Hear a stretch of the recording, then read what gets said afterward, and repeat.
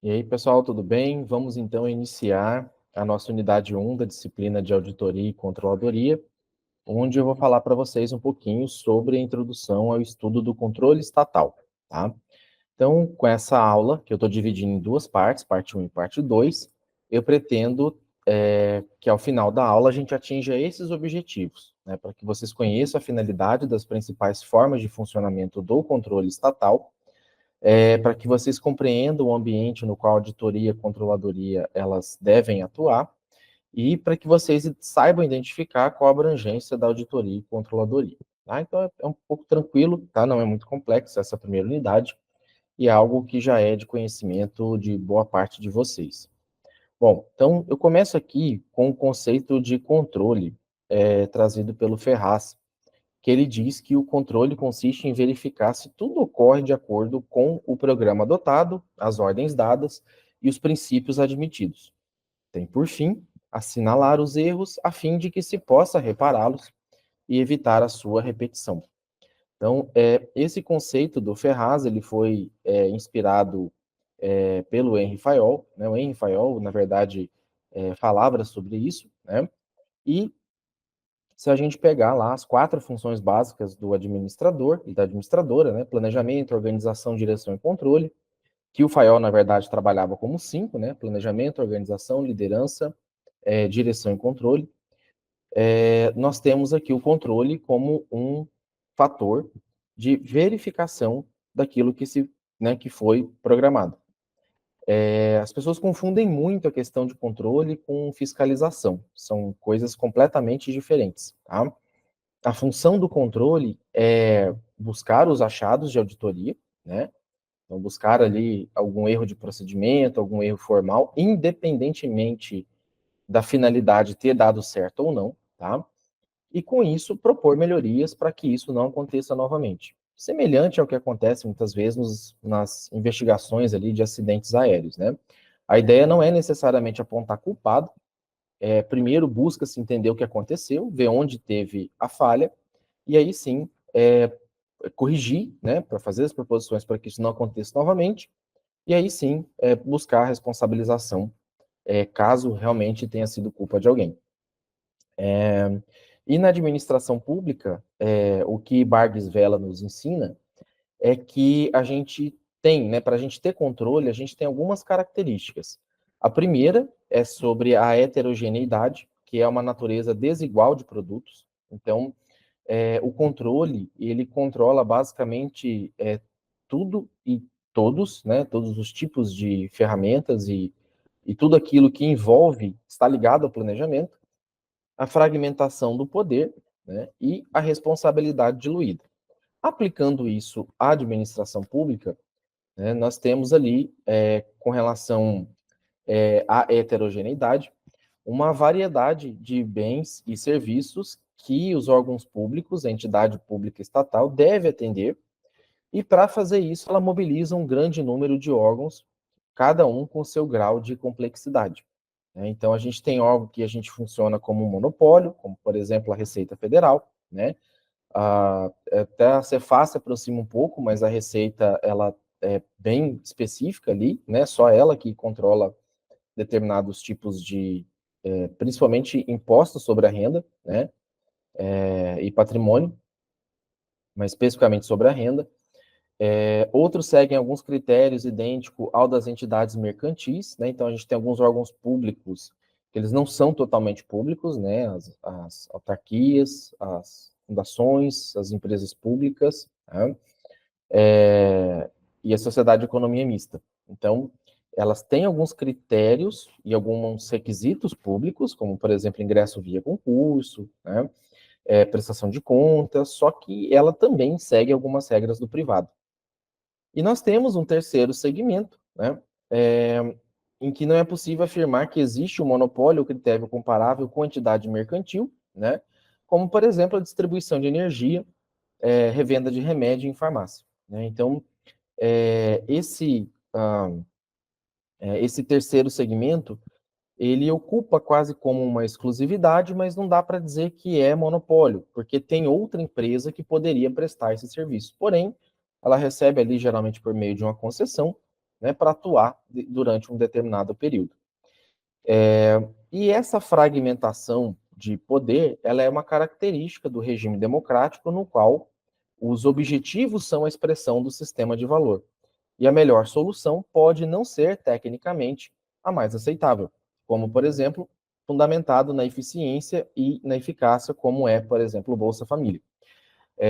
Algumas pessoas, por exemplo, discordam que o Bolsa Família não é a melhor política de distribuição de renda, né?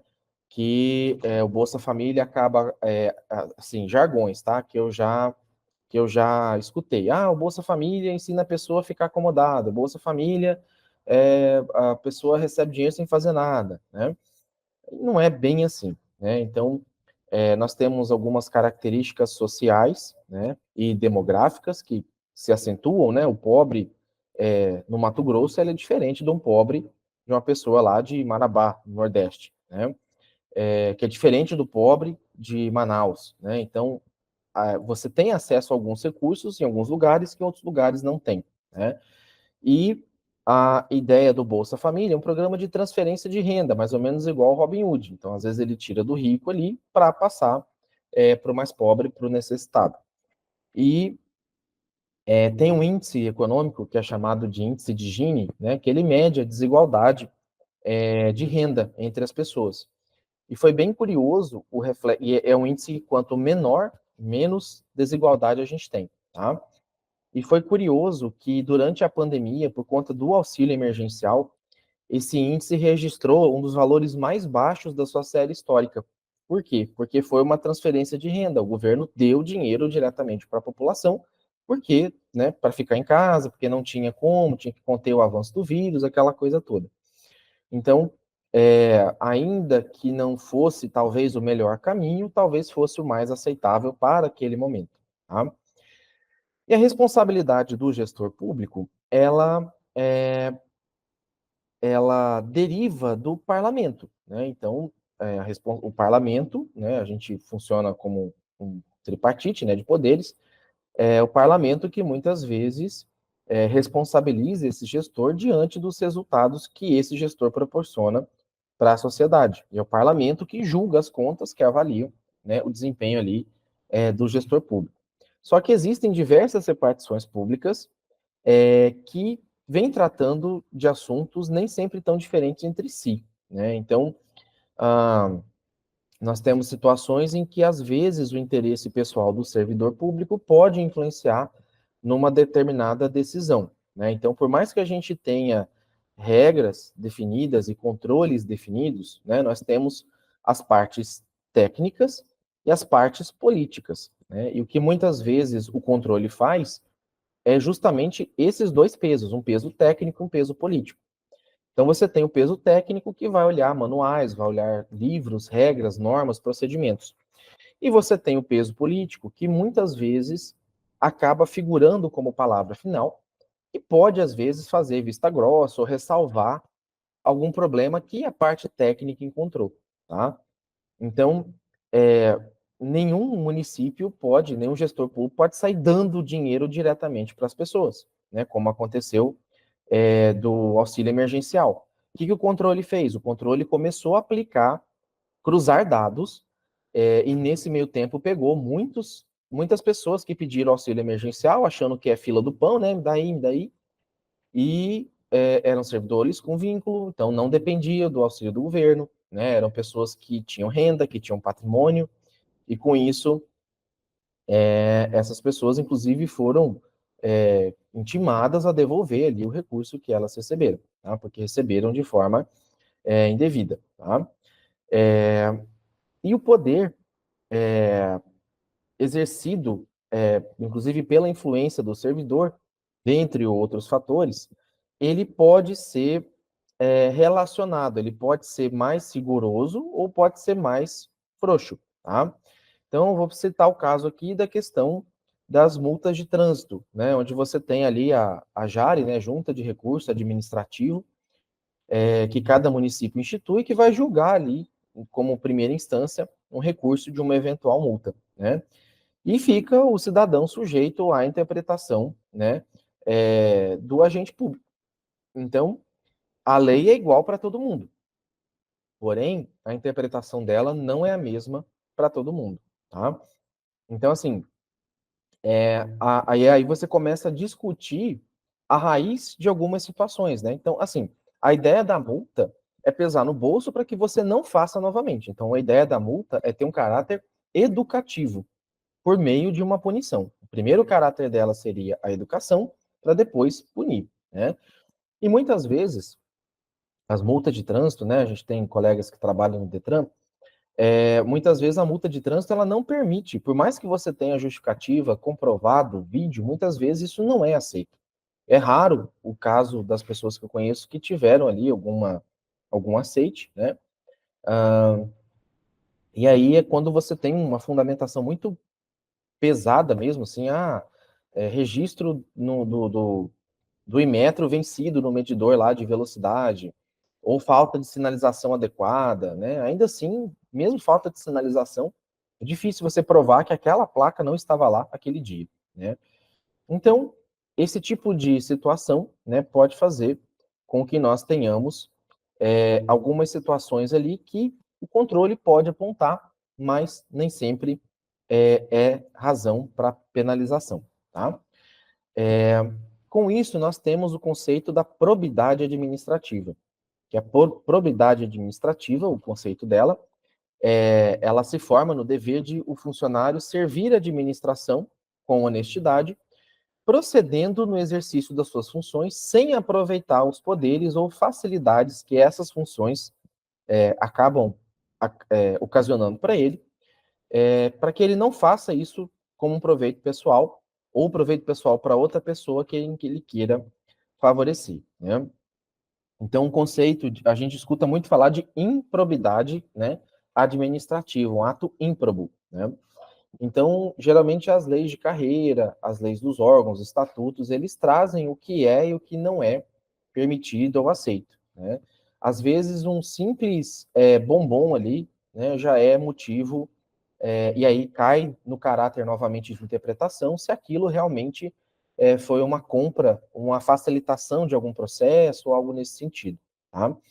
Então, a, a controladoria, né, ela observa muito determinadas condutas, vê se isso é repetitivo, né, até está em discussão, né, no cenário federal, o TCU até deu um parecer recentemente, né, não querendo entrar muito no mérito político aqui, mas aquele caso das joias, né, do governo anterior, que até foi uma decisão para mim surpreendente do TCU em dizer que esses presentes recebidos são da pessoa pessoal, né, e não do gestor ali, no caso, o presidente.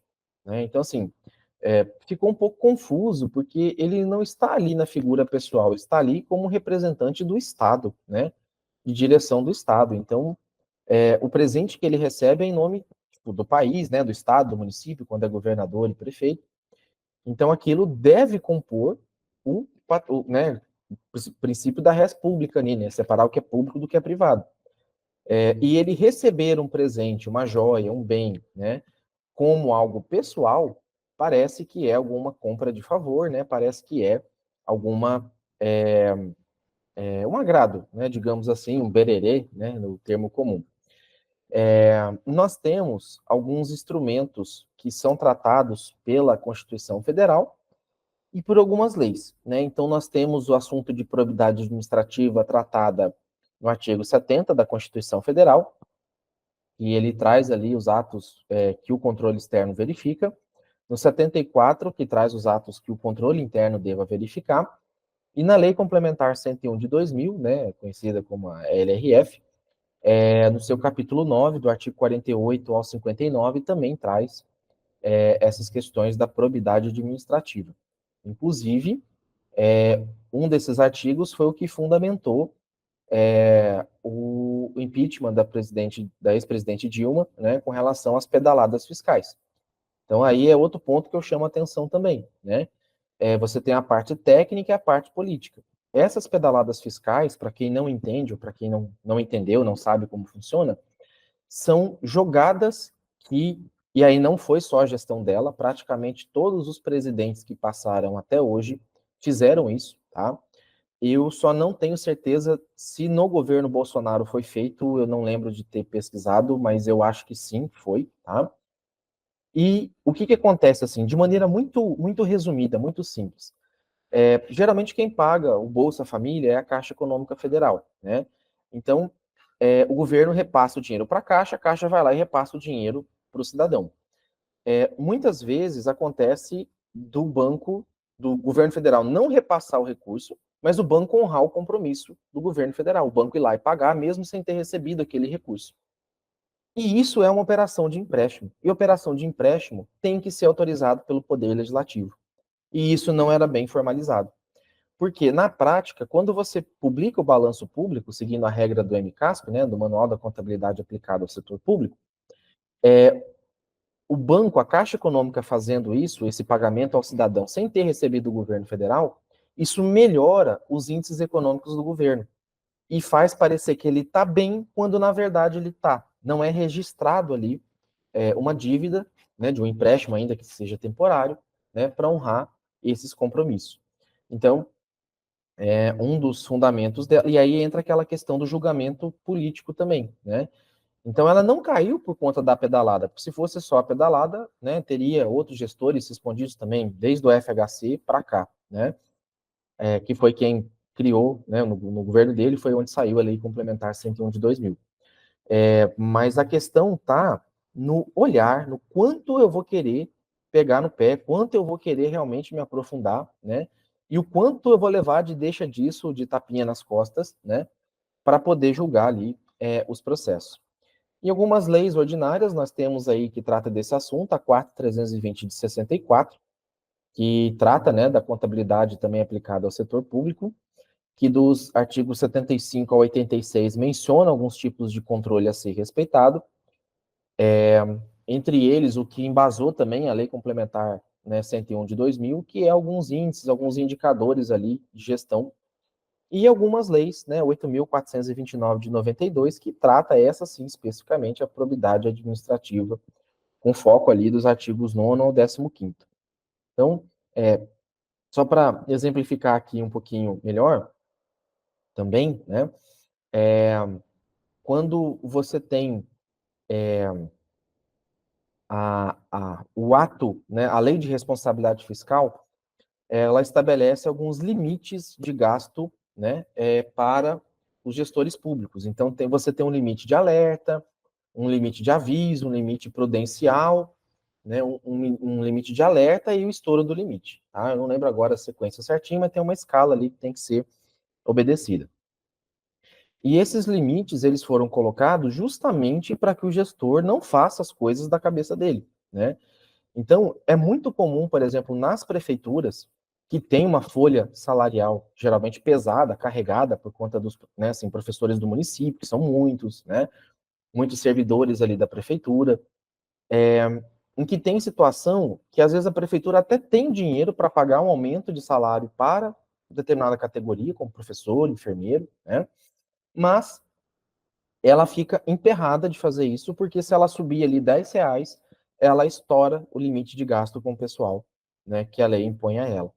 Então, às vezes o gestor, não, mas essa carreira está defasada, essa carreira está assim, está assado, né, coitado, o pessoal merece, né, e inclusive foi alguns temas muito discutidos, como, por exemplo, alguns pisos, né, piso nacional do professor, piso nacional da enfermagem, que para alguns municípios já pagam acima, não seria problema, mas seria problema para aqueles municípios que pagam abaixo desse teto.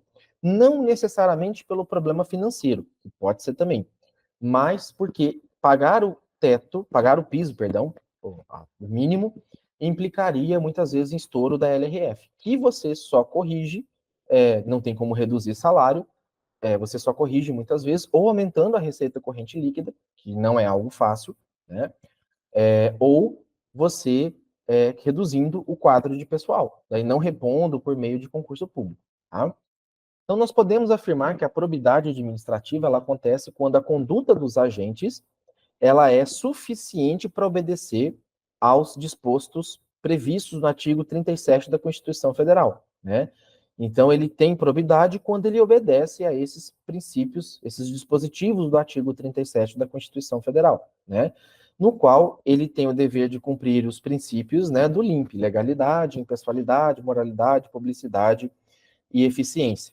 Então, praticar a corrupção administrativa é uma forma ali de desvirtuar a administração pública e quase sempre isso resulta em vantagens patrimoniais indevidas ali para os agentes, tá?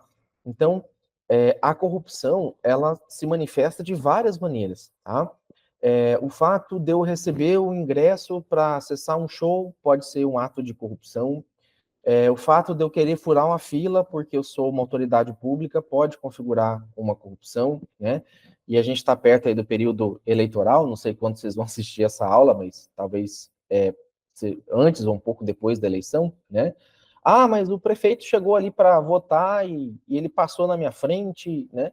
A própria lei eleitoral, ela tem os critérios ali que diz, né, as prioridades que podem estar furando fila, né? E a corrupção, ela vem, né, quando você faz uso de um bem público como sendo seu, ainda que temporário, né? Ah, não, mas eu que abasteci o carro lá do órgão, né? Não, o carro é do órgão para atividade do exercício da função pública, né? Então, essa corrupção administrativa, até em coisas simples, ela pode, às vezes, se manifestar. E, às vezes, você nem percebe ou não denota até que realmente isso vire algum problema ou vire alguma denúncia.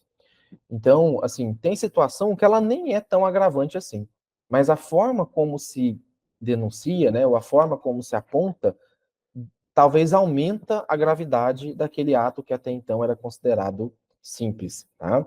Ah, o órgão aqui vai arrecadar um dinheiro para ajudar numa festa de alguma coisa, né? Isso pode ser denunciado como uma atividade política, né? A pessoa pode muitas vezes se apropriar daquele recurso em nome da instituição, tá? E nós temos a Lei 8.429 de 92, né? Uma lei já relativamente antiga, né? 32 anos, mas que quase não mudou, né? Quase não teve emenda. E ela diz que constitui o ato de improbidade administrativa, importando enriquecimento ilícito, em oferir qualquer tipo de vantagem patrimonial indevida, em razão do exercício de cargo, mandato, função, emprego ou atividade nas entidades mencionadas no artigo 1º dessa lei, né?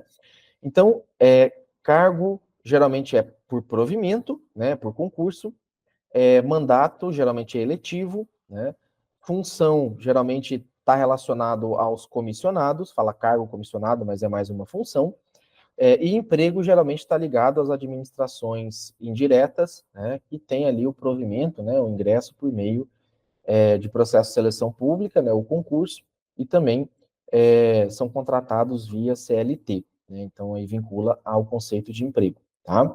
Então, essa probidade, né, o artigo 10, ela diz que constitui o ato de improbidade aquele também que causa lesão ao erário, qualquer ação ou omissão, então veja que omissão também é passível de improbidade, tá?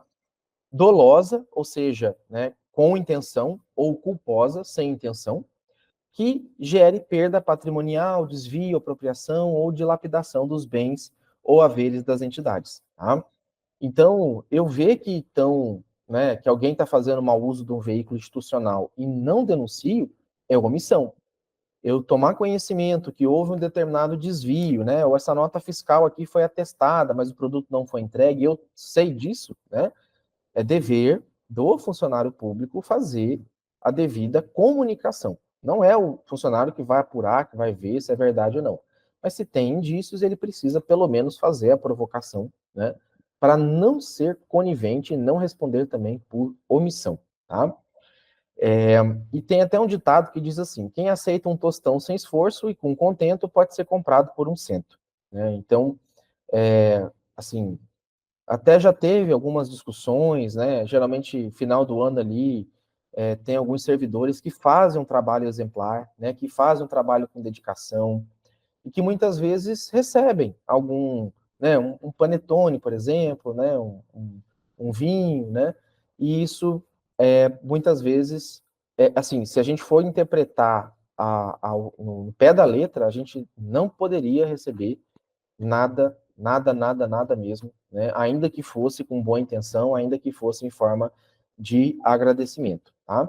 Só que na prática isso quase nunca é levado tão a sério, porque às vezes é um presente dentro de um ano inteiro, uma coisa simples, né? Agora, quando é algo mais caro ali, que chama mais atenção, o rapaz recebeu lá 2 lotes num loteamento que a prefeitura aprovou e ele foi responsável por ajudar. Opa, né? Aí não, tá? Então, tem coisas que daria para relevar e outras não, né? Então, e por que que tem esse conceito? Por que que tem essa interpretação? Porque, em tese, quem vai te dar um presentinho vai também se achar no direito de usufruir de um futuro favorzinho, né?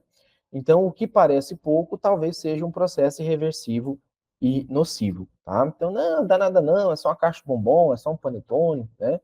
E, de repente, depois ele te cobra lá alguma coisa, te pede, né? Porque a partir do momento que ele te dá o presente, para você dar um presente para uma pessoa, você tem que ter uma certa intimidade com essa pessoa, né? Você não sai dando presente para desconhecido, né? Exceto quando tem ali os amigos ocultos, né? Caso à parte, né? Ainda assim vem de um amigo, né? O que você tem que tomar cuidado é que muitas vezes você está sendo envolvido, né, sem até mesmo perceber que está sendo envolvido, né? Então essa pessoa de repente te dá um presente ali, mas te pede algo fora do horário, ou pede algo fora do serviço, né? Ou se acha no direito de te cobrar alguma coisa. Então é isso que tem que tomar um pouquinho de cuidado, né? E o artigo 10º, o artigo 11, perdão, ele diz que constitui o ato de improbidade administrativa que atenta contra os princípios da administração pública, né? Qualquer ação ou omissão que viole deveres de honestidade, imparcialidade, legalidade e lealdade às instituições. Então, como, por exemplo, fazer vista grossa, aceitar gato por lebre, tá? Isso tem a ver com atos de improbidade administrativa. Então, não exercer a fiscalização a contento, não multar quando tem que multar, né? Então, tem todo um conceito por trás disso, tá? E a ocorrência da improbidade, ela tem um sinal aparente nos bens e que costumam demonstrar um sinal de riqueza patrimonial, tá? Geralmente por quem desfrutou, desfruta de alguns espaços dentro dos órgãos estatais. E os incisos 7 e 11º do artigo 9º dessa lei, eles tentam caracterizar alguns efeitos agregados, e eles fixam na desproporção entre o conjunto patrimonial e a renda que dá sustentação para esse servidor público. Então, boa parte do que os órgãos de controle pegam como fraude, como improbidade, é justamente porque, né, o cara tá ali com um patrimônio enorme, o cara, todo mundo com um carro, né, assim, mediano ali, de repente o cara chega ali com um Porsche, com a Ferrari, o cara tá na praia, o cara viaja para Dubai, né, e assim, pô, ele ganha o mesmo salário que eu, né, então, o que está acontecendo aí, né? E aí, assim, ninguém possui a árvore do dinheiro ou desfruta de autorização para emitir papel moeda, né, para gerar o seu próprio dinheiro. Então, esse acúmulo patrimonial, ele deve ter uma regular trajetória e fontes capazes de ser comprovadas, né? É, eu vou pegar como exemplo o estado de Mato Grosso. Todo ano, geralmente maio ou junho, né, os servidores estaduais, eles enviam a DBV, que é a Declaração de Bens e Valores, que pode ser uma declaração simples ou a cópia ali do imposto de renda, né, de alguns campos da declaração do imposto de renda. E o Estado, ele faz uma amostragem, geralmente o setor de recursos humanos, ele faz uma amostragem de servidores e ele olha, geralmente, a evolução patrimonial dos últimos anos ou até mesmo a evolução patrimonial desde quando ele entrou. Então, o Gustavo entrou na Unemate, né, com um Fusquinha e, de repente, hoje ele está com a Ferrari, com a Lamborghini, né? Mas, peraí, se ele usasse todo o salário dele e juntasse para comprar um carro, ele não conseguiria comprar esse carro, né? Da onde está vindo essa outra fonte de renda dele, né? Ou da onde está vindo, né? Como ele conseguiu obter esses bens. Então, muitas vezes é aberto alguns processos administrativos para apurar. Não, isso veio de herança, isso veio de alguma doação, isso veio, né? Então, precisa ter meios de se comprovar a evolução do seu patrimônio, tá?